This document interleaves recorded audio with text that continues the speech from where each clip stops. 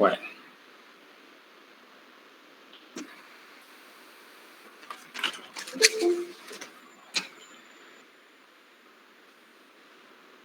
Que merecen todos.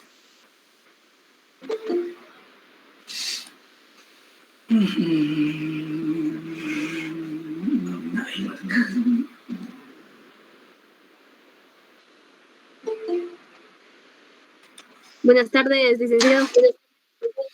Buenas tardes, Lucía.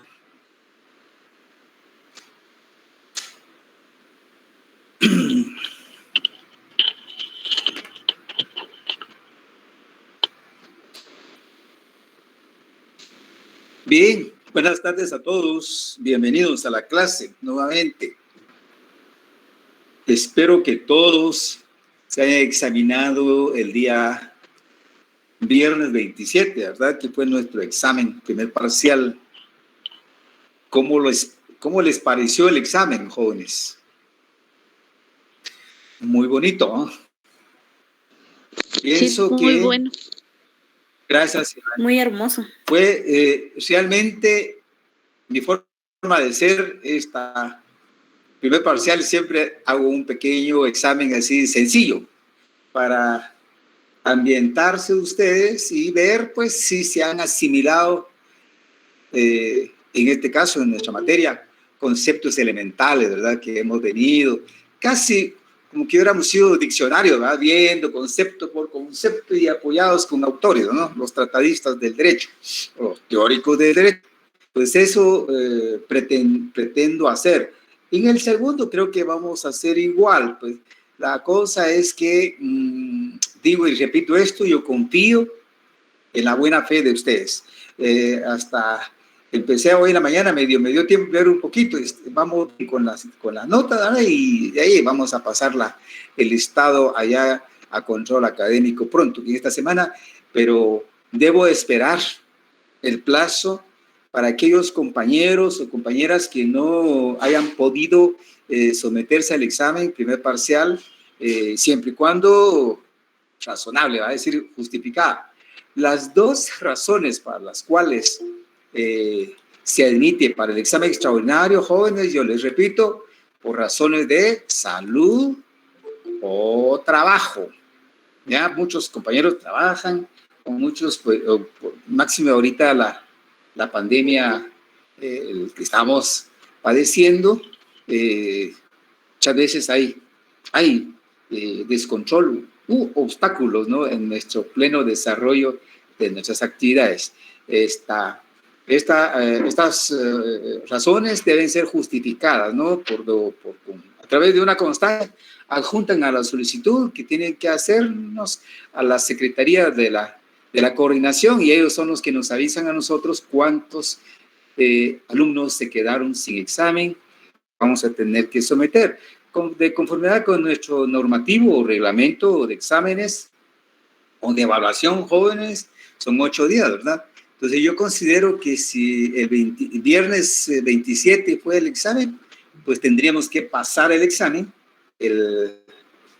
Este viernes sería el 3 de agosto de septiembre, ¿verdad? A las 3 vamos a hacer el examen,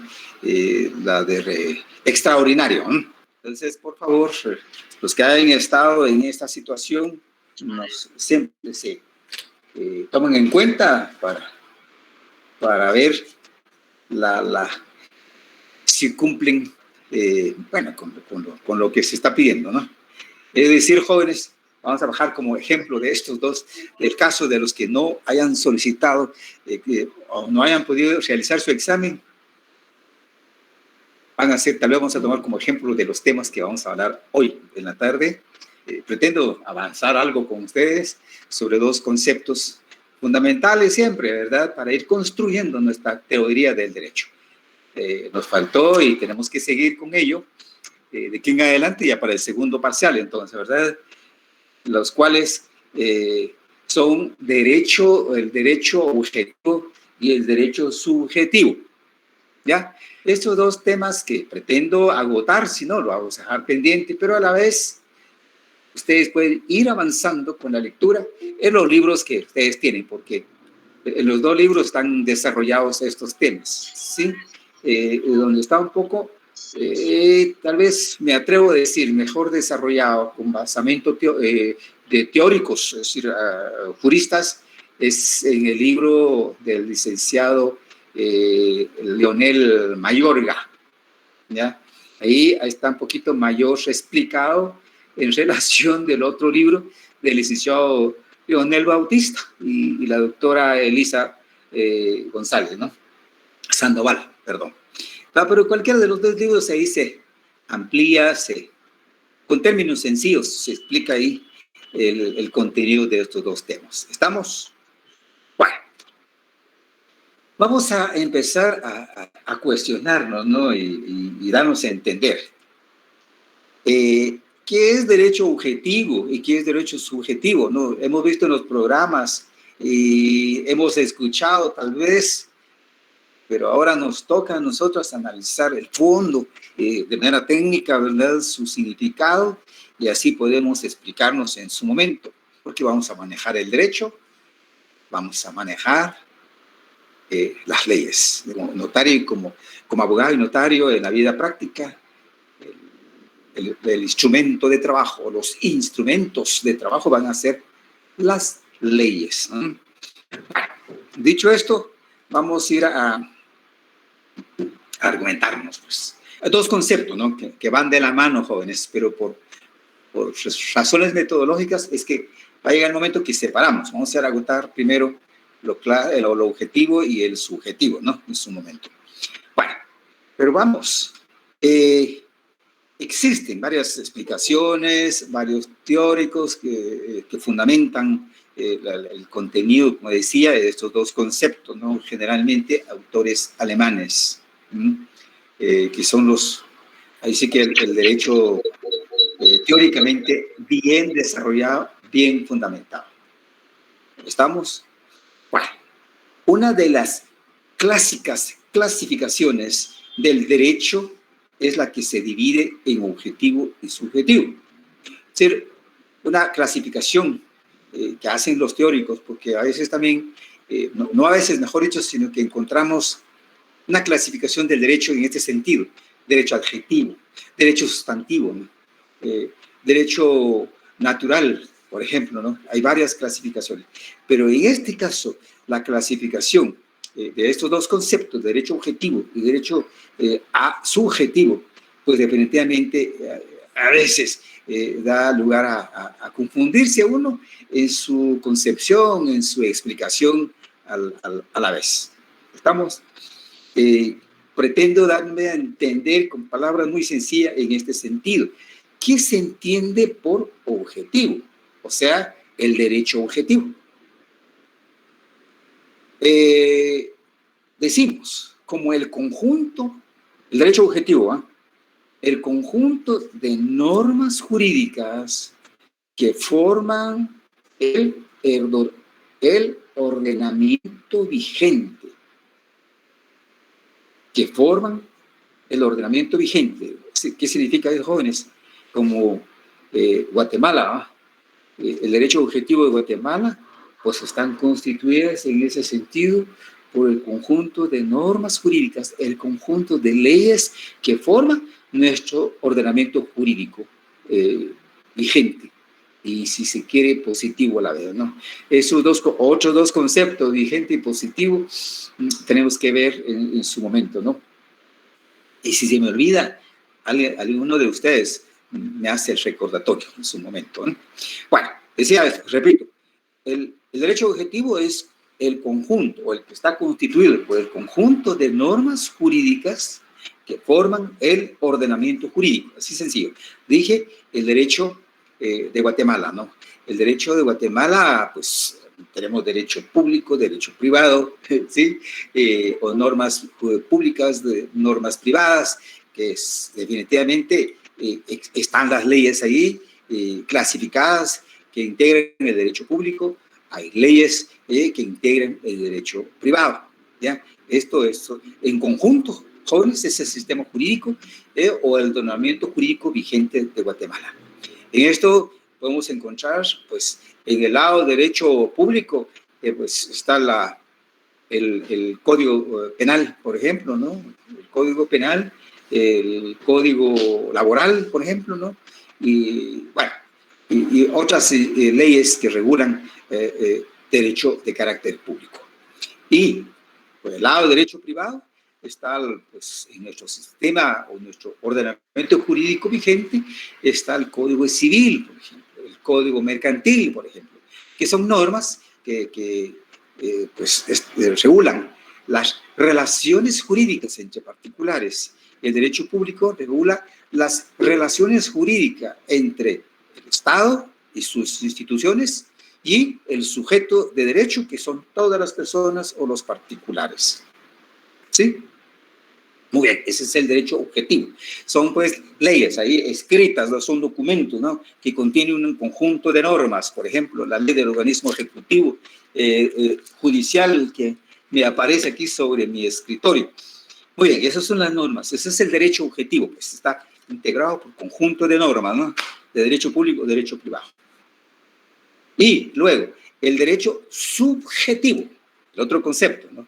El derecho objetivo son las facultades que dichas normas, o sea, la norma establecida en el Código Penal o las normas establecidas en el Código Civil, ¿no? Conceden y garantizan a los individuos sometidos a ellas. Pero gracias el derecho, sí, en términos generales, el derecho, pero ¿qué tipo de derecho? Por ejemplo, el derecho civil o un derecho de familia. En el derecho civil, quedámonos en el Código Civil, conjunto de normas de derecho privado, donde se establece el derecho de contraer matrimonio civil. ¿Ya? Es una norma objetiva, plasmada, pues está establecida, está escrita en el Código Civil, ¿verdad? El matrimonio es una institución civil porque un hombre y una mujer toman la decisión de unirse entre sí para vivir y procrear hijos, etcétera, ¿no? Pues ahí está el derecho establecido. Ahora, viene a alguno de ustedes, ¿no? Alguna persona con sujetos de derecho y toma la decisión de casarse, de contraer matrimonio. Entonces, él, en este caso, particulariza su derecho, ¿no? Se somete a lo normado en esa ley, se somete. Pues ahí está, el derecho a casarse, definitivamente, ¿no? A casarse. Entonces, ahí está, entonces, ejemplificamos. El derecho objetivo está establecido en la norma, ¿no? Tal vez hago mal, jóvenes, pero quiero darme a entender, ¿va? En el lenguaje común y corriente decimos, o se dice, ¿va? Letra muerta. Está escrita, establecida en una ley, un derecho, ¿no? De carácter general. Pero viene una persona para quien va dirigida esa norma, la toma para sí. Yo siempre digo, la operativiza a su favor, la toma a su favor, pues definitivamente eso se constituye entonces el derecho subjetivo, ¿no? Como también otro derecho, en el caso del mismo matrimonio, ¿no? En el caso de la mujer que contrae nupcias, en el mismo Código Civil está preestablecido el derecho que tiene la mujer de agregar el primer apellido del esposo a sus apellidos paternos. ¿Ya? Ese es un derecho, no una obligación, ¿sí? Está establecido en ese sentido. ¿Qué otro ejemplo podemos poner acá? Por ejemplo, el derecho de tener, de poseer un bien inmueble, ¿no? Un terreno o con casa, ¿no? Una construcción, pues el derecho está allí, el derecho de propiedad está establecido en el Código Civil. Ahora, vengo yo y digo, hay derecho de propiedad, hay una disposición de un bien inmueble y yo tengo capacidad, ¿no? Capacidad de ejercicio y la voy a comprar. La voy a comprar y la voy a hacer para mí. Voy a tomar posesión y voy a vivir, lo voy a habitar, etcétera, ¿no? Está establecido. Es decir, si yo la tomo para mí, yo ya soy sujeto, para mí se establece el derecho subjetivo, ¿no? Derecho de propiedad establecido en la ley es derecho objetivo. Si la tomo para mí, la hago para mí, ese derecho, esa posibilidad establecida en la ley, pues el derecho objetivo se convierte para mí en derecho subjetivo. Muy bien. En ese sentido, jóvenes, más o menos nos damos para acercarnos a los dos conceptos, ¿no? Derecho objetivo, derecho subjetivo. Derecho objetivo, repito, el conjunto de normas, si ustedes quieren, preestablecida, ¿no? En la ley. Y el derecho subjetivo, cuando un sujeto de derecho la toma para sí, ya, la opera a su favor, la hace para sí, ese es el derecho subjetivo porque se particulariza o se individualiza. Muy bien. Ahora, pues hay teóricos, pues dicen, tienen que fundamentarse, tienen que argumentar a fondo, ¿no? Para darse a entender mejor con los argumentos que se dicen.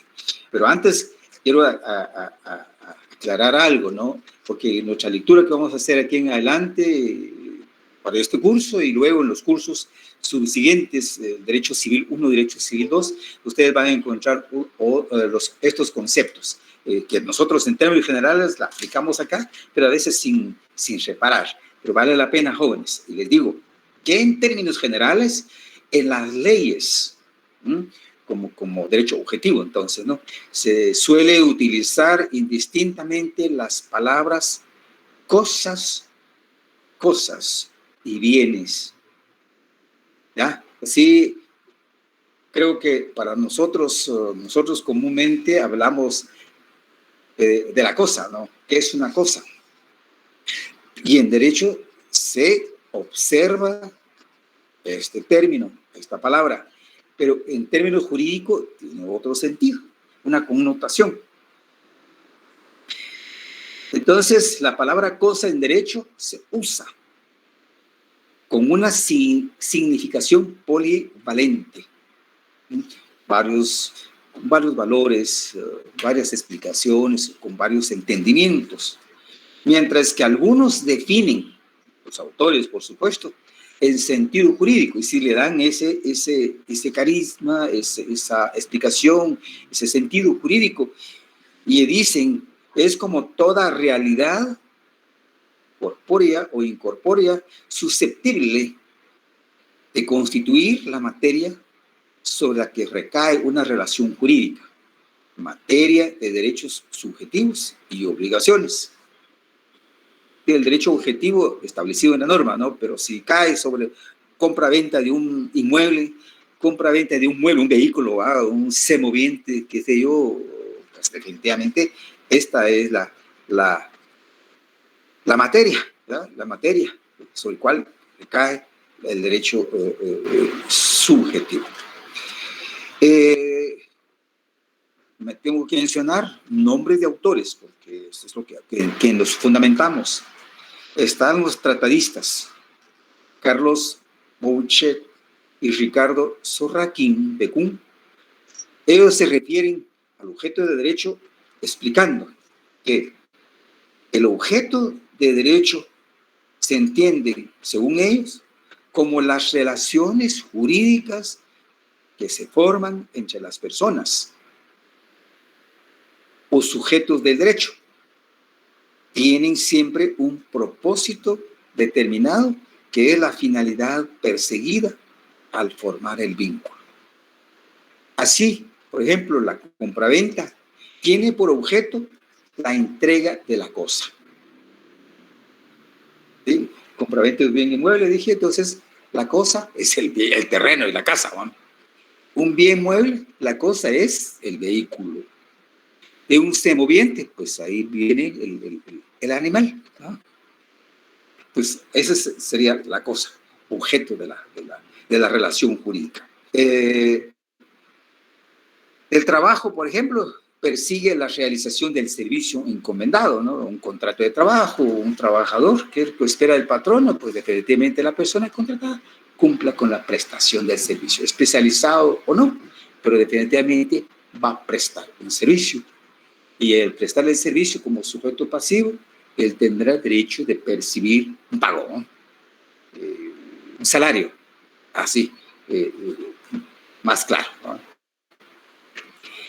El objeto de derecho es, por consiguiente, la prestación debida por el sujeto pasivo, es decir, la persona que entra a negociar, ¿verdad? El sujeto pasivo de la relación, o sea, el obligado. El sujeto activo, que también se llama titular del derecho y acreedor en sentido amplio.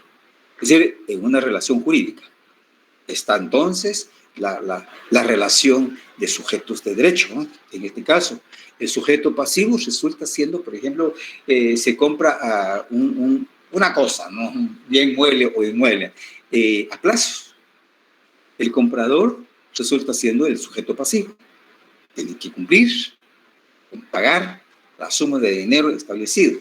Y el sujeto activo es el dueño de la cosa que se vendió, que se otorgó, qué sé yo, o en el traslado, ¿no? Pero bajo condiciones. O bien, también jóvenes, en un contrato de arrendamiento. Contrato de arrendamiento, el sujeto pasivo es el que, si bien es cierto, pasa a vivir o a trabajar en ese inmueble, pero queda obligado a pagar. Tiene esa obligación que cumplir, que respetar con su compromiso adquirido. Bueno, y el sujeto activo de la persona, dueño de la cosa, ¿ya? Y pide que se le pague. Muy bien. La prestación del servicio, por ejemplo, puede consistir ya en un hecho positivo o bien un hecho negativo. En este último, o sea, un hecho negativo, hay una omisión exigida, por ejemplo, un compromiso y no se cumple, pues se exige por el derecho. No causar, por ejemplo, daño a otro, respetar la propiedad ajena, no edificar, por ejemplo, lugares especiales, edificios de altura fuera de la ley, porque, por ejemplo, aquí en la ciudad capital, los edificios que se construyen allá cerca del aeropuerto, pues definitivamente hay una norma que establece que a tantos metros o kilómetros de distancia del aeropuerto no debe construirse edificios más de tantos niveles, ¿no? Por ejemplo, esa es una norma, pues ahí está establecida, y si se incumple, hay un hecho negativo en ese sentido, ¿no? Hay un hecho negativo y produce entonces otras consecuencias. Bueno, el objeto de la relación jurídica, entonces, jóvenes, no consiste en lo que es necesario dar, hacer o no hacer, sino en el acto mismo, positivo o negativo, mediante el cual se cumple la obligación contraída o el deber impuesto por la ley. No obstante, a veces se confunden ambas ideas y se toma por objeto de derecho lo que no es otra cosa que la materia sobre la cual recae la relación jurídica o que se utiliza para cumplir la obligación. Desde este punto de vista, el objeto de derecho puede consistir en objeto de derecho, recuérdense, el conjunto de normas establecidas. Muy bien. En esa clasificación, entonces, hacemos con base en la doctrina, pues, el objeto de derecho puede ser los bienes que dijimos, las cosas. Pues, ¿cuáles son los bienes, ¿no? Que son todos los objetos materiales o inmateriales susceptibles de tener un valor económico, efectivo o de otro orden, desde a plazos, por ejemplo, ¿no?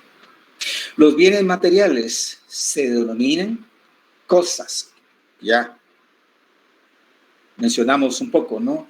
y el conjunto de ambos grupos constituye el patrimonio de una persona. A su vez, las cosas se subdividen en inmuebles, muebles y semovientes. Cosas. Las cosas pueden ser muebles o semovientes. Según que se encuentren inmovilizadas, sean susceptibles de transporte de un lugar a otro o cambien espontáneamente de ubicación. El derecho a la vida, por ejemplo, al honor, el dominio, el derecho a recibir las cosas compradas recae, según este modo, de encarar el problema sobre esos bienes cuya protección asegura el orden jurídico.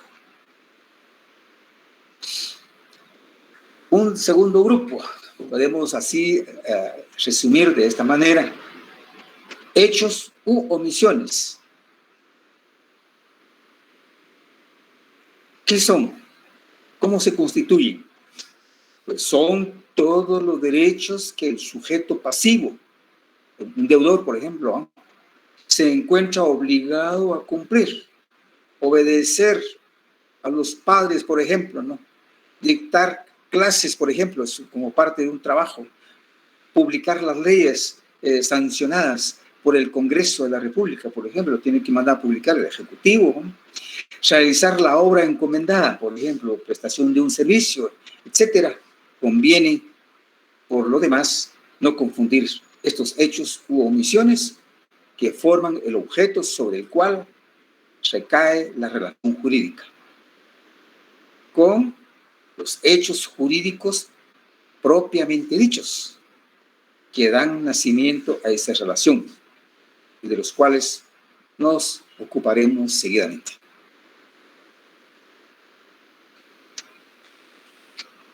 Don Máximo Pacheco, este es un autor que hemos venido trabajando, ¿no? y siempre nos lo leemos, nos fundamentamos en él.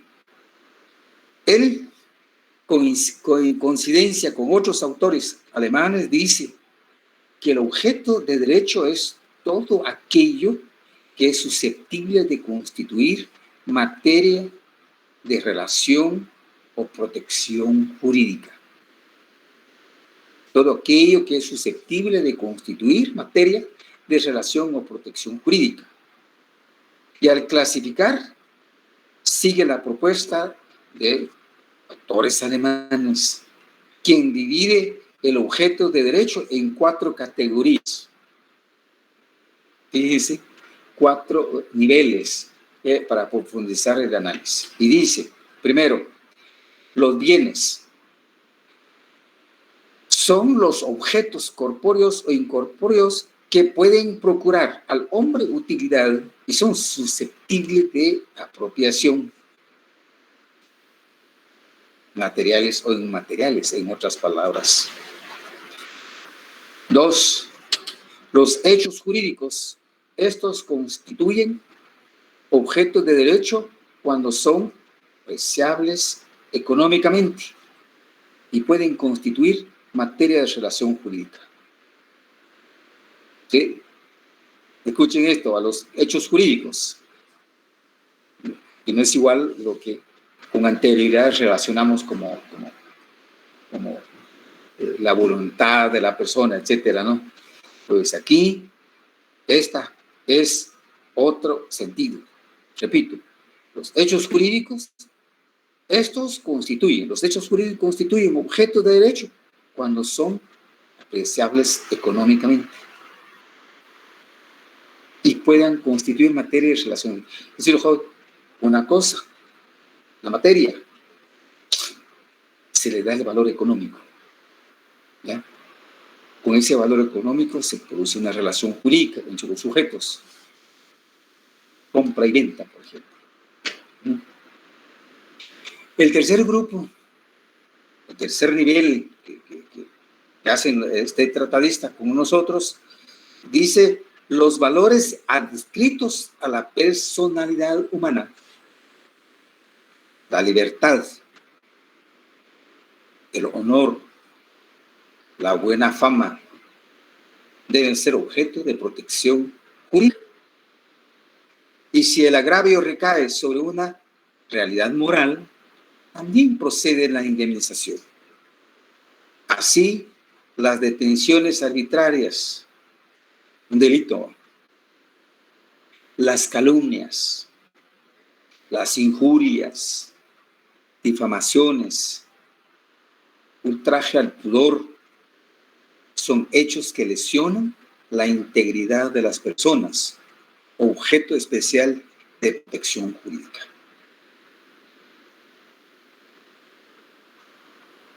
Esta es una última clasificación que hace este tratadista al objeto de derecho, es decir, tipo de normas.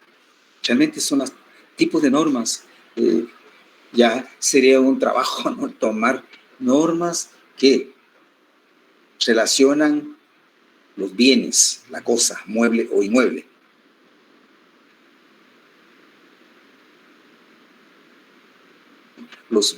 El valor económico, ¿no?, equiparado al valor económico, una cosa, un bien mueble o inmueble, equiparado a un valor económico.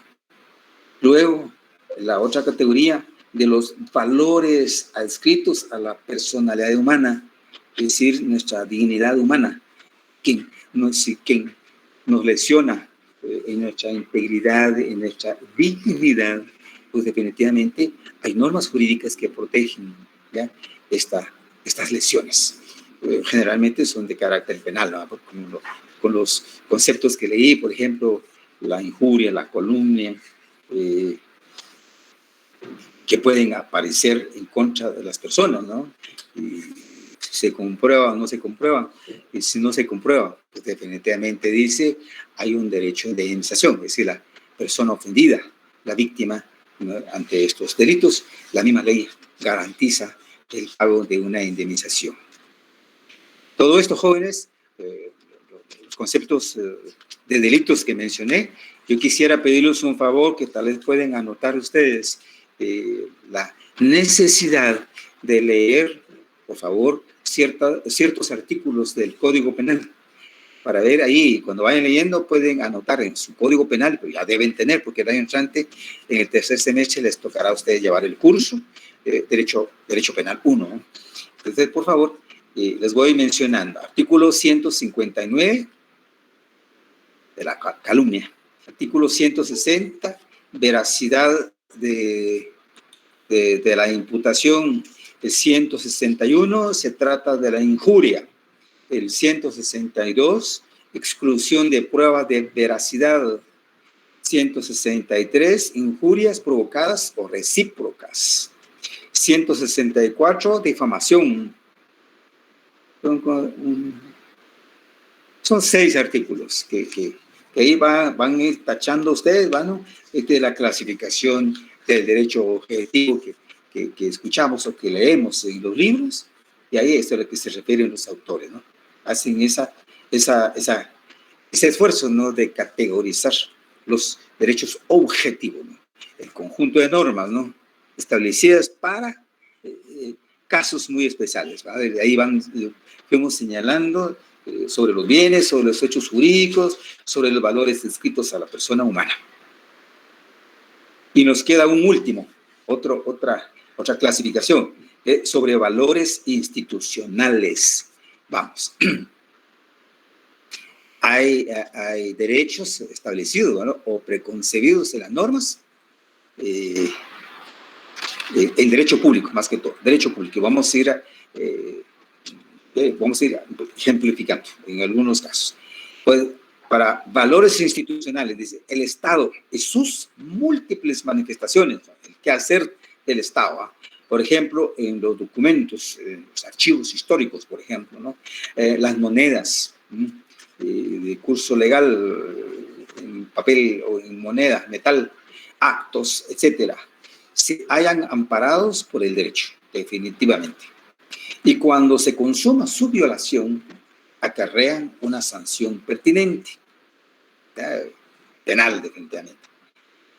Aquí también se hace el esfuerzo de señalar algunos artículos del Código Penal como ejemplos y con sus ejemplos de sanción a la violación a los valores institucionales del Estado en Guatemala. Esta es nuestra legislación.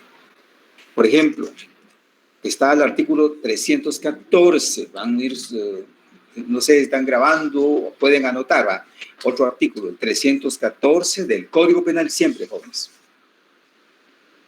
El 315, 316, el 317, 318, 319, el 321, 322, 328, el 329, el 330.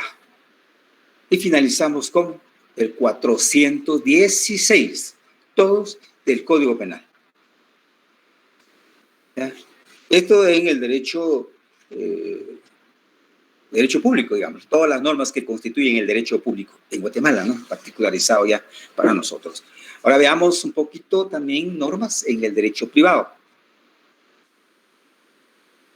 En el derecho privado, definitivamente nos recurrimos al Código Civil, la ley que recoge las normas del derecho privado. Y pueden anotar por ahí, por favor, el artículo 442,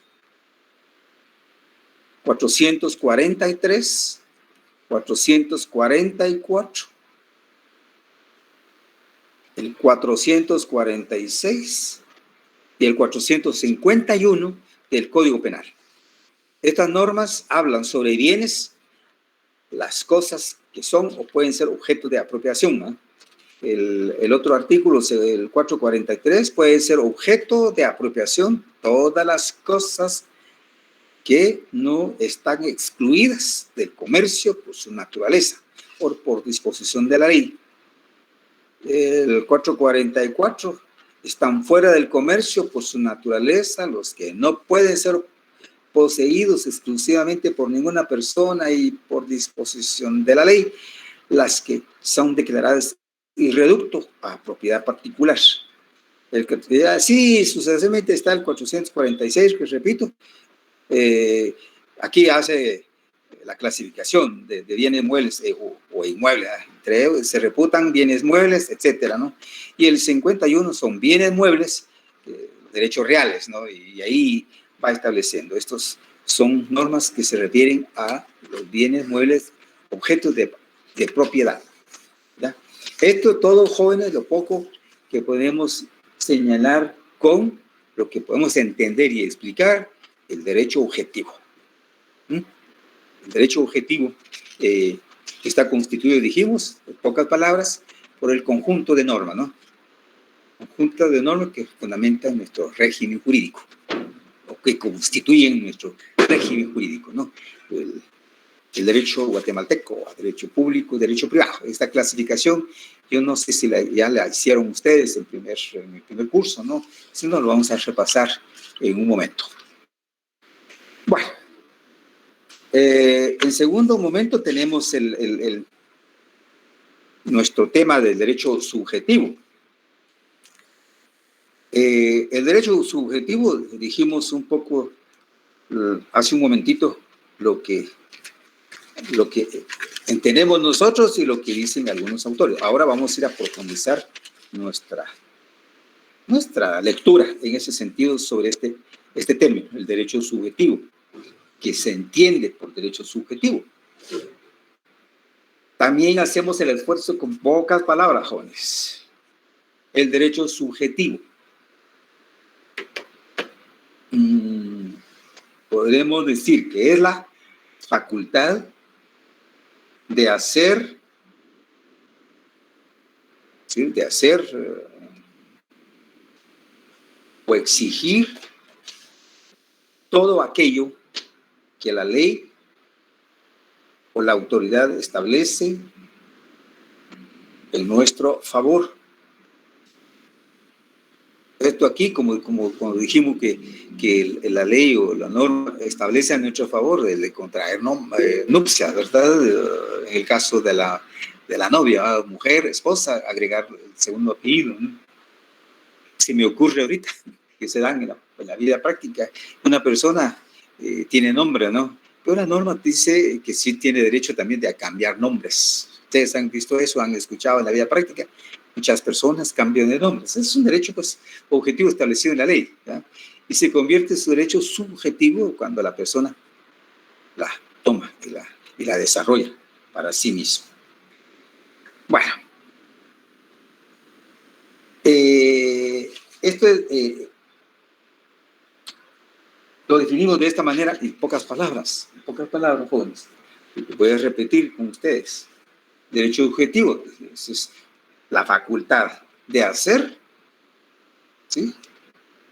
O exigir, incluso jóvenes, de no hacer. Hacer o no hacer. O exigir todo aquello que la ley o la autoridad establece en nuestros favores. O que el dueño de una cosa nos permite llegar a ella. Es decir, un contrato de arrendamiento. El dueño de la casa, de la propiedad, nos permite llegar y tomar posesión de la casa. Eso.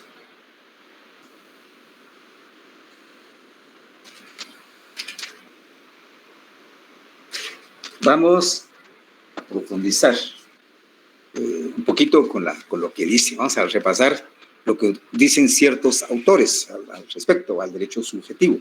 ¿Cómo nos explican ellos? Nosotros ya dimos ciertos lineamientos como hilo de conducción, ¿va? Para nuestro entendimiento.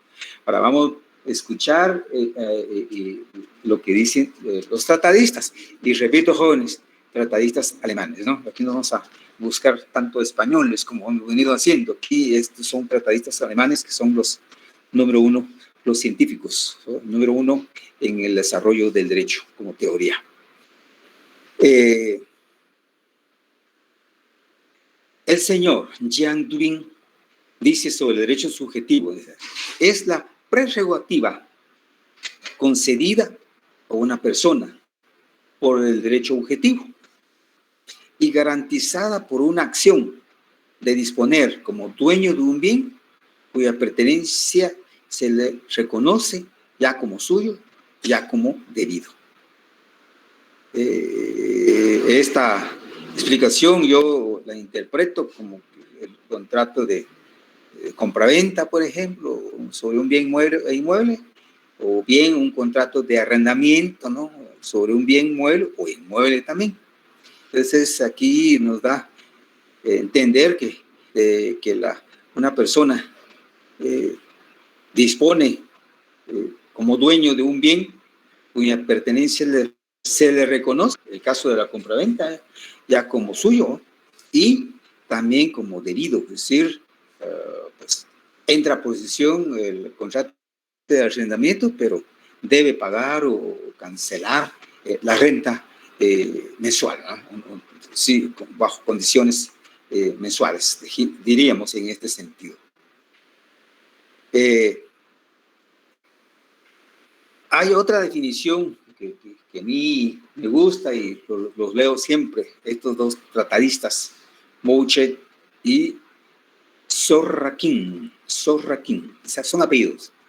Ellos dicen en conjunto, como el conjunto de facultades que una persona tiene para obrar lícitamente, ellos le dan ese calificativo, a fin de conseguir un bien asegurado por una norma jurídica natural o positiva. Ese es el derecho subjetivo, ¿no?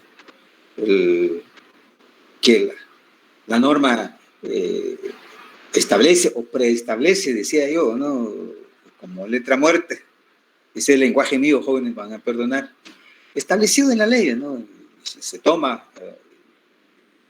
se cumple y se desarrolla, qué sé yo, pues definitivamente ese derecho es derecho subjetivo, ¿no? Para la persona, para el sujeto de derecho.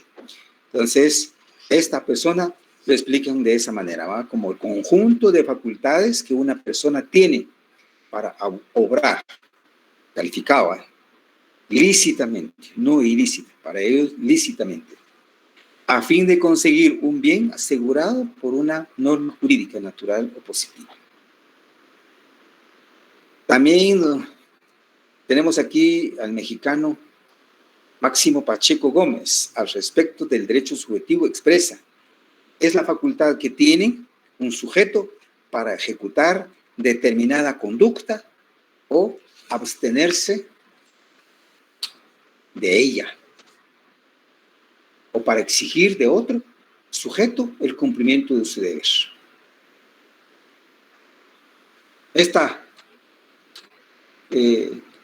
Autores profundizan su análisis, ¿ya? Que el contenido del derecho subjetivo definitivamente la encuentro en una ley, pues definitivamente la hago para mí y exijo su cumplimiento para mí, ya sea en derecho público o en derecho privado. Ahora, jóvenes, las formas de manifestación del derecho subjetivo. En esta parte, pues tratamos de hacer un resumen de 4 niveles, 4 grupos, para ver ahí cómo se manifiesta, la forma de manifestación, sus efectos, etcétera, el derecho subjetivo, sobre el derecho objetivo sería, ¿no? Bueno, vemos primero como derecho de libertad jurídica. En este caso, el titular del derecho, dueño del derecho, en otras palabras, puede optar entre ejecutar o no la conducta a que se refiere la facultad jurídica respectiva. Por ejemplo, el derecho que tiene una persona para contraer matrimonio, el derecho establecido: si no se casa o no me caso, definitivamente el derecho continúa siendo derecho objetivo, ¿no? No establece, es decir, una obligación de cumplirla, sino que es un derecho positivo, un derecho positivo definitivamente establecido. La hago, definitivamente se convierte en derecho subjetivo. Esta es una primera manifestación del derecho subjetivo, como derecho de libertad jurídica. Repito, en este caso, dice el titular o el dueño del derecho. Yo puedo ser dueño del derecho de contraer matrimonio, repito aquí. Puedo ser titular de un derecho de comprar un inmueble, un mueble, sé yo, de estudiar, por ejemplo, ¿no? El derecho de ir fuera del país, seguir estudiando, trabajando, ¿no? Eso es un derecho subjetivo. Objetivo, plasmado. Pero si yo me voy, me caso, vengo, compro, vengo y trabajo o viajo, pues definitivamente la norma se particulariza a mi favor. El derecho subjetivo se hace presente entonces. La segunda manifestación se establece como poder de reacción de derechos y deberes o poder jurídico. A ver, en este caso, el titular de derecho subjetivo puede crear nuevos derechos, dice, y obligaciones mediante el ejercicio de la autonomía de la voluntad. Por ejemplo, el derecho que tiene una persona para establecer una fundación. Es decir, el derecho de la persona, si posee las capacidades, ¿no? Pues, volitiva, intelectual, económica, pues definitivamente él es libre para desenvolverse y desarrollarse de manera lícita, ¿ya? Y entonces acá se pone como el ejemplo en nuestra doctrina, puede tomar la decisión de reunirse con otras personas, de ser parte de una persona jurídica colectiva, pues en otras palabras, ¿no? Crear una fundación, crear una asociación, que son sin fines lucrativos, ¿se recuerdan de eso? ¿Ah? O bien también de una sociedad anónima, una persona jurídica colectiva con fines lucrativos, ¿no? Entonces, está el derecho establecido que puede ser comerciante, ¿va? Que puede ser industrial, pues si tiene capacidad, recurre y forma parte de ese equipo de trabajo, digamos. La tercera manifestación, como pretensión o derecho a exigir el cumplimiento del deber ajeno. ¿Cómo está esto, no? En este caso, el titular o el dueño del derecho puede exigir de otro el cumplimiento de su deber correlativo. Por ejemplo, el derecho que tiene el acreedor de exigir al deudor el pago de lo adeudado. ¿Sí? Esa fue una manifestación del derecho subjetivo. El derecho objetivo de arrendamiento, pues ahí está establecido, ¿no? Se toma y se establece el contrato, pues definitivamente aparece el derecho subjetivo, ¿no? Se desarrolla el derecho subjetivo, pero llega un momento en que una de las partes que forman la relación jurídica incumple su deber, pues definitivamente el derecho subjetivo toma un refuerzo, digámoslo, ¿no? O se orienta en ese sentido de fuerza a favor del sujeto o titular de derecho de pedir el cumplimiento, ¿no? Por la fuerza jurídica, el cumplimiento de su deber, el pago de la renta, por ejemplo. Y por último, la última manifestación como derecho de cumplir el propio deber. En este caso, el titular o dueño del derecho a quien se le ha impuesto un deber tiene el derecho de cumplir ese deber y de solicitar que se prohíba a los demás que le impidan ese incumplimiento. Por ejemplo, el derecho que tienen el deudor de pagar por consignación cuando el acreedor rehúsa recibir el pago. ¿Cómo está eso? ¿No? Voy a poner un ejemplo, jóvenes. Los famosos contratos de arrendamiento. Hay varios casos, ¿no? Pongo esto. Se da en la vida práctica. El arrendatario, que es el inquilino, entre paréntesis, paga una mensualidad, pero por muchas razones,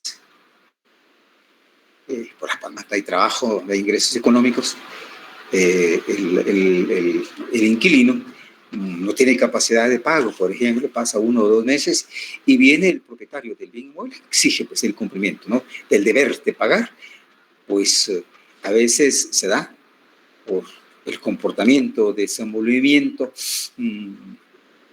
conductual del dueño de la cosa, del bien inmueble dado en arrendamiento, se niega a recibir el pago, ¿no? Porque si recibo el pago significa que continúa viviendo allí y este señor es irresponsable, incumplidor con el pago. Se niega a pagar con la finalidad de que el inquilino o arrendatario, técnicamente hablando, se retire, ¿no? Se ocupe el inmueble. Entonces, le asiste el derecho, ¿ya? Derecho objetivo, está establecido en la norma, que el inquilino en este caso puede tomar la institución, es una institución judicial de carácter procesal, de hacer el pago vía judicial.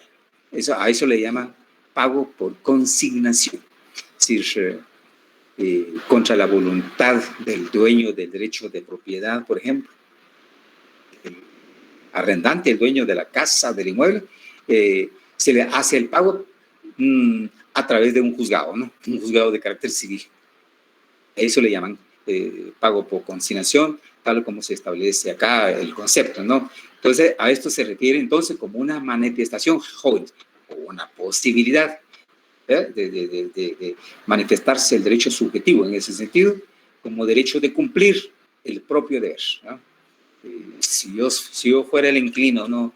Y estoy obligado a pagar mi renta y no me recibe el propietario, entonces yo quiero cumplir con mi deber de pago. No lo hago porque él se niega, no lo hago a través del juzgado, un juzgado civil. Bueno, esto en cuanto a las formas de manifestación del derecho subjetivo, ¿cómo se pueden dar? Ya se dieron cuenta, esta es la capacidad que se hace, ¿no? De desmenuzar, si ustedes quieren, ¿no? El concepto en este sentido. Hablemos un poquito de la clasificación del derecho subjetivo. Vamos a profundizar un poquito, ¿no? Existen diversas clasificaciones, hecho por los tratadistas que mencioné, pero no vamos a buscar a todos, porque a veces, jóvenes, tanta lectura, uno se confunde. Mejor tomamos una sola línea, ¿ya? Eso es recomendar, uno o dos apoyo doctrinario vale la pena tener en cuenta. Por lo tanto, me van a disculpar, yo así estoy haciendo con ustedes. Existen diversas clasificaciones, dije, que hacen, pero tomamos una que nos parece no sencillo, ¿no? Nos parece un poquito más explícito y acercado a nuestro sistema jurídico en Guatemala, porque se dan en la práctica en Guatemala. Primero, atendiendo a su relación con el Estado. Veamos. Derecho subjetivo, ¿no? Que aquí entiendo yo, ya se menciona la palabra Estado. Y se recuerda que yo hice mención del concepto de derecho público, ¿no? El derecho privado. Pues vamos a ver cómo es que los derechos objetivos en un derecho público, por ejemplo, en el Código Penal, el Código Laboral que mencioné, y cómo es que el derecho subjetivo aparece acá. ¿Y cómo? ¿Cómo se relaciona? ¿Cómo se establece, ¿no? Entonces lo establecemos en cuanto al derecho público. En este sentido, vamos a ir el Estado. Derechos públicos, o normas públicas. Las facultades que los particulares, los ciudadanos, los sujetos de derecho que somos todos, ¿no? Que tenemos frente al Estado, y también las facultades que el Estado tiene para con nosotros como sus súbditos, sus conciudadanos. Siempre el Estado, obrando como persona jurídica de derecho público, ¿no? Tiene con respecto a lo que dije, a nosotros, los habitantes de este país, de esta república. Los derechos subjetivos públicos son, entonces, los que los particulares tenemos frente al Estado y los que el Estado tiene frente a los particulares. Ejemplo, nosotros como habitantes, hoy día tenemos por necesidad la exigencia y el cumplimiento de un derecho a jóvenes. Es el derecho a la salud, como también el derecho a la educación. ¿Ya? Derecho a la seguridad. Dejamos ahí los tres aspectos. Tenemos derecho de recibir salud. Tenemos derecho de recibir educación, de tener seguridad, porque nosotros lo sufrimos. Estos son derechos establecidos, pues, en la Constitución política, que la ley del organismo ejecutivo para estos ministerios la materia, mejor dicho, que indiqué, le corresponde al Ministerio de Educación, al Ministerio de Salud Pública y Asistencia Social, al Ministerio de Gobernación, para nuestro caso, ¿no?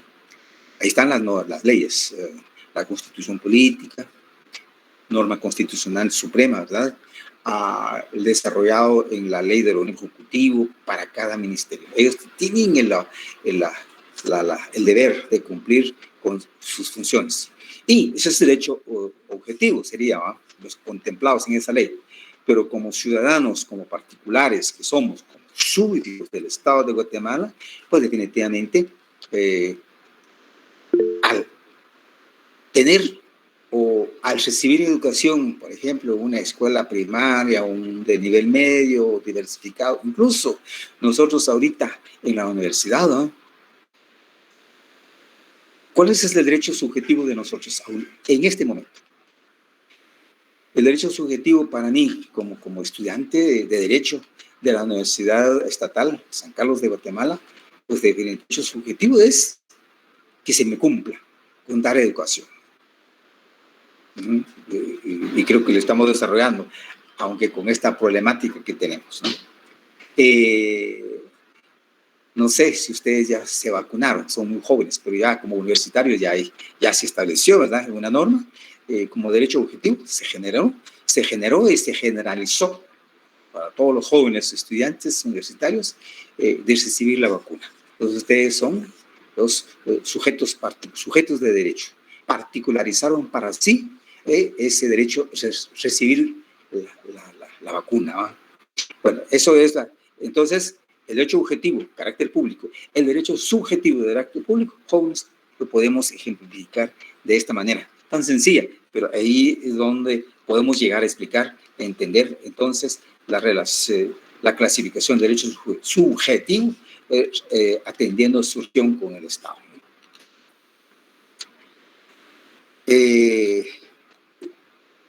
Y el Estado también tiene derechos, ¿no? El derecho objetivo del Estado, por ejemplo, establecido en la Constitución, la ley del orden ejecutivo, ¿no?, para finanzas públicas, en las normas que instituye la SAT, ¿verdad?, y otras entidades estatales para cobrar impuestos, ¿no? O sea, el derecho del Estado es cobrar el impuesto. Y el deber de los ciudadanos particulares, como su servidor, ¿no? Emito factura, y bueno, todo nuestro desenvolvimiento que hacemos, ¿no?, el impuesto del IVA, el impuesto sobre la renta, pues definitivamente es nuestro deber y tenemos que cumplir. ¿Ya? Ahí está entonces la posibilidad de ejemplificar la clasificación de derecho subjetivo atendiendo su relación con el Estado. Y digo, cuando relacionamos el concepto de Estado es porque nos estamos refiriendo al conjunto de normas de carácter público. Muy bien, ahora vamos al conjunto de normas de derecho privado, atendiendo el derecho, el Estado, como sujeto, como persona jurídica, como sujeto de derecho, frente a los particulares. ¿Cómo se relaciona? ¿Cómo se manifiesta en esto la vida práctica? Vamos a ver si nos explicamos. Las personas particulares, ¿no?, como sujeto de derecho, ya sean físicas o jurídicas, físicas o individuales, ¿no?, o colectivas, las que son las personas jurídicas, que dijimos, nuestro Código Civil dice, no dice persona jurídica colectiva, sino que simplemente personas jurídicas, entendiendo entonces por las personas colectivas. Bueno, las personas particulares, decía, somos los sujetos de derechos individuales, ya sean físicas o jurídicas, y el Estado mismo, cuando actúa como ente de derecho privado, el Estado puede ser sujeto de derecho privado, es decir, hacer uso de normas del derecho privado, jóvenes, y puede darse con este pequeño, podemos ejemplificar con ellos, cuando el Estado tenga necesidad de arrendar un bien inmueble, que sucede, ¿no?, ya sea para instalar una escuela pública, porque aquí en la capital se dan eso en muchos casos, ¿no?, que las escuelas funcionan en casas particulares, no edificios pues con propietarios particulares, no del Estado, ¿no? Pues entran a celebrar un contrato de arrendamiento.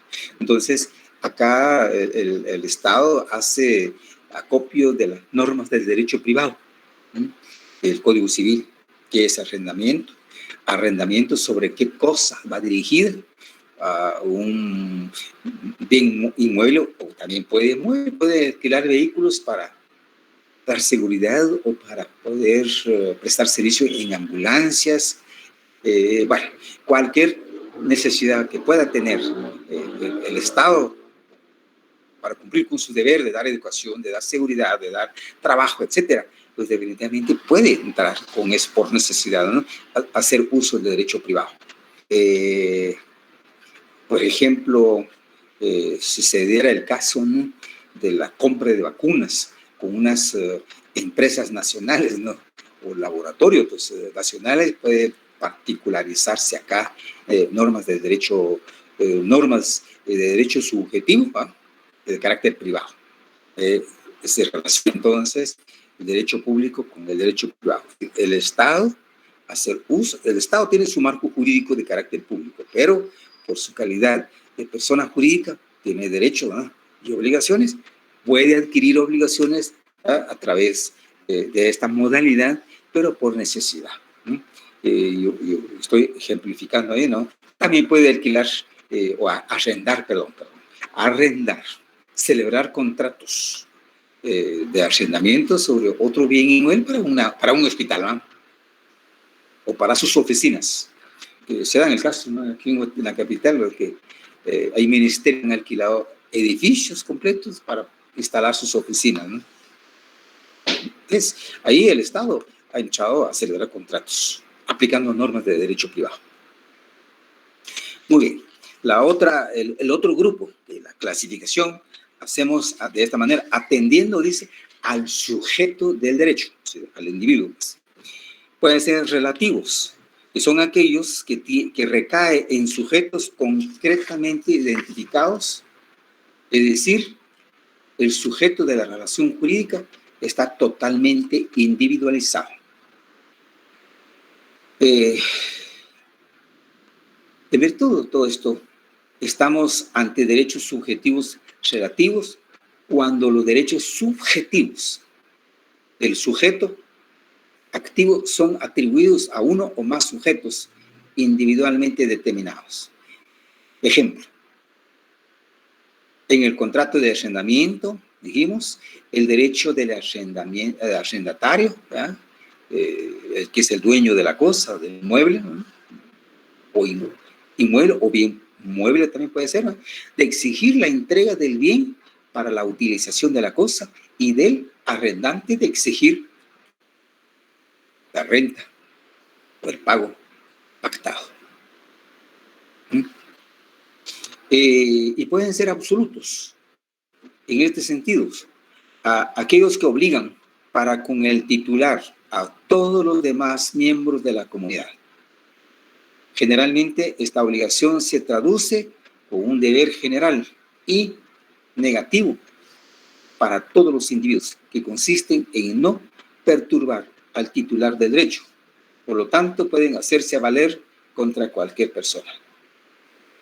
Se puede decir entonces que derechos subjetivos absolutos son todos aquellos que podemos hacer valer frente a todos, erga omnes, cuyo deber correlativo es una obligación universal de respeto. Por ejemplo, el derecho subjetivo a la inviolabilidad de la vivienda que hacemos valer frente a todos. Es decir, en su vivienda nadie puede entrar. Usted vive en un pueblo, en una comunidad, en una colonia, su lugar de habitación es inviolable, ¿sí?, respetado por todos. Absoluto, entonces. Ahora, el otro grupo, atendiendo a la conducta del individuo, definitivamente.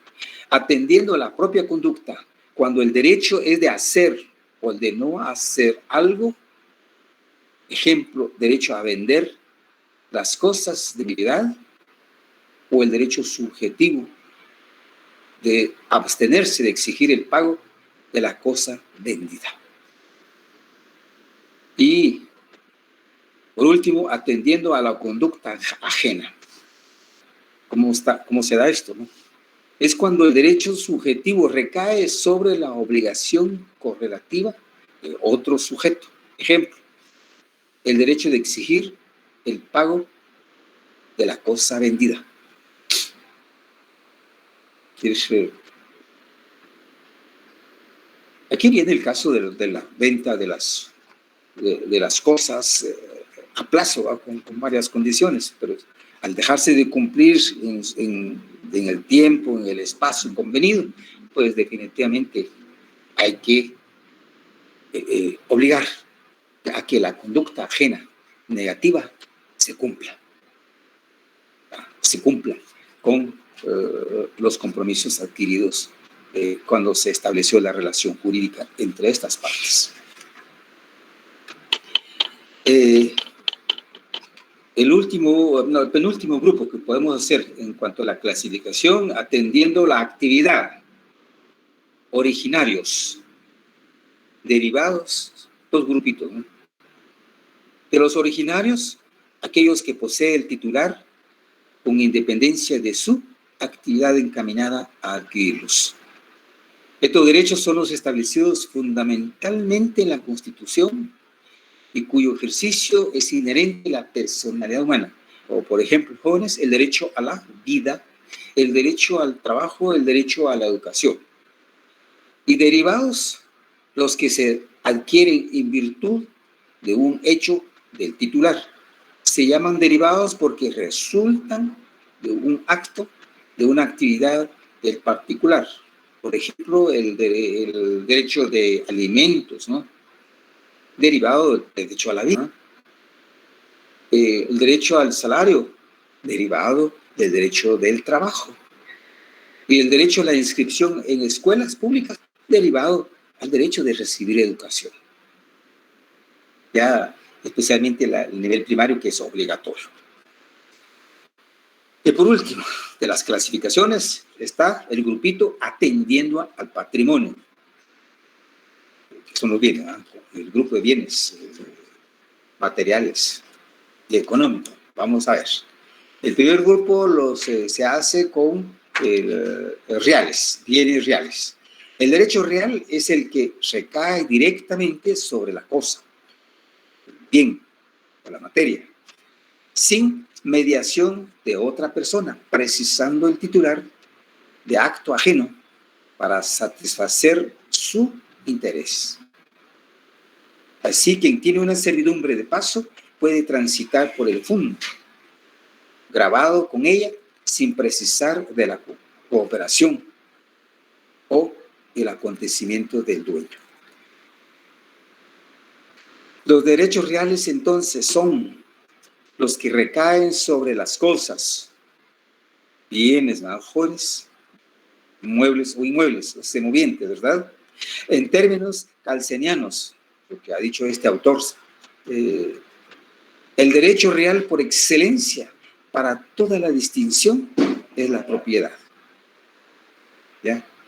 La propiedad es un nivel de derecho real establecido en el Código Civil. El primer nivel, la primera categoría de los derechos reales es la propiedad. Propiedad sobre bienes inmuebles o sobre bienes muebles o semovientes, ¿no? Debidamente demostrada, de buena fe, etc. En el Código Civil, como decía, el primer nivel de los derechos reales aparece también la posesión, el usufructo, el uso y habitación, la servidumbre, etc. Hay varios niveles que van a encontrar ustedes en el código, en los artículos que mencioné del Código Civil. Ahí van a encontrar este listado, digamos así, lo que hace nuestra legislación. Y por último, jóvenes, personales o de crédito.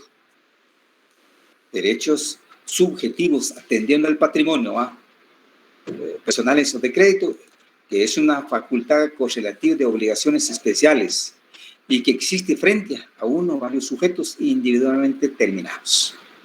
Derechos personales o de crédito son aquellos que pueden efectivizarse de determinadas personas derivadas de las obligaciones correlativas atribuidas a los sujetos, ya sean por propia voluntad o por voluntad de la ley. Cuando se dice por voluntad de la ley es porque la ley lo establece y lo exige, el cumplimiento. Por ejemplo, el derecho del acreedor a exigir al deudor el pago de la deuda, o el derecho de la madre a exigir del padre el reconocimiento de sus bienes. Hasta aquí podemos llegar, jóvenes, con la posibilidad de hablar del derecho subjetivo. Solo nos falta un análisis en cuanto al surgimiento o al nacimiento de las discusiones acerca de la naturaleza, ¿va? La naturaleza, el fondo del concepto de derecho subjetivo. Para ello, yo les quiero pedir un favor. Denle lectura en cualquiera de los dos libros que ustedes tengan, la parte que se relaciona con las teorías, ¿ya? Son los fundamentos teóricos o doctrinarios, jóvenes, que hacen tratadistas acerca del surgimiento de la naturaleza. Es decir, explicar el fondo del derecho subjetivo, ¿no? Porque se habla, cómo se entiende, cómo se maneja en la vida práctica este concepto, esta palabra, derecho subjetivo. Así como hicimos con la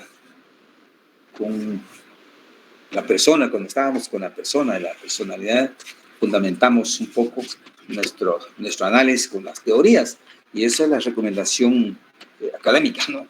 Metodología, siempre se hace el análisis como sustento, ¿no? Bueno, para mejorar nuestro conocimiento acerca de los temas o de los conceptos que en este caso estamos desarrollando para fundamentar nuestro conocimiento acerca del derecho, ¿ya? Como ciencia. Hasta ahí podemos dejar, jóvenes. Nos podemos encontrar el día 1, miércoles 1 de septiembre ya. Les deseo feliz descanso. Igualmente.